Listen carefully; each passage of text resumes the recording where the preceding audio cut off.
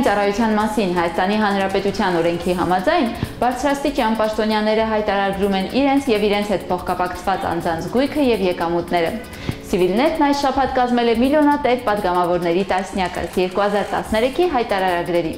Իդեպ դրամով եւ արտարժույթով հայտարարված գումարները ներկայացնում ենք դոլարային արտահայտությամբ։ Այսպես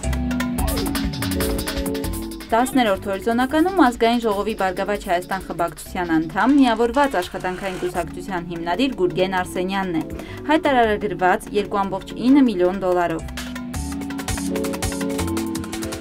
9-րդ հորիզոնականում Բարգավաճ Հայաստան խմբակցության անդամ Ռուբեն Գևորգյանն է, 3 միլիոն դոլարով։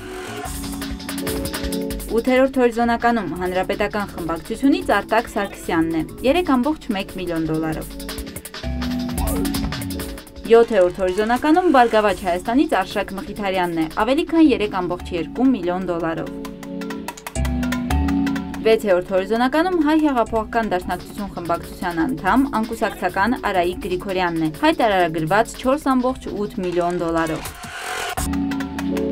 5-րդ հորիզոնական միլիոնատեր պատգամավորների հնգյակը գլխավորում է Բարգավաճ Հայաստան խմբակցությունից Վահան Կարապետյանը, 5.1 միլիոն դոլարով։